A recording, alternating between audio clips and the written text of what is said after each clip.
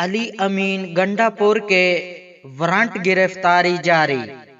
Azad Kashmir election commission نے P T I کے نامزد وزیر اعلیٰ خیبر پختونخوا علی امین گنڈا پور کے وارنٹ گرفتاری جاری کر دیے۔ رہنما پی ٹی آئی علی امین گنڈا پور کے خلاف آزاد کشمیر کے انتخابات میں ضابطہ اخلاق کی خلاف ورزی کا کیس ہے۔ ڈپٹی کمشنر ڈیرہ اسماعیل خان کو علی امین گنڈا پور کی گرفتاری کا مراسلہ بھی جاری کر دیا گیا ہے، جس میں علی امین گنڈا پور کو 28 فروری کو الیکشن کمیشن آزاد کشمیر کے روبرو پیش کرنے کی ہدایت کی گئی ہے۔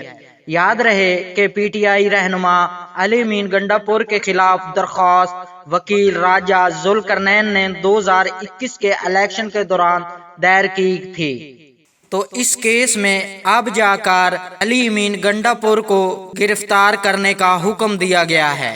اس کے علاوہ علی امین گنڈا پور 9 مئی واقعات کیس میں بھی اشتہاری ہیں۔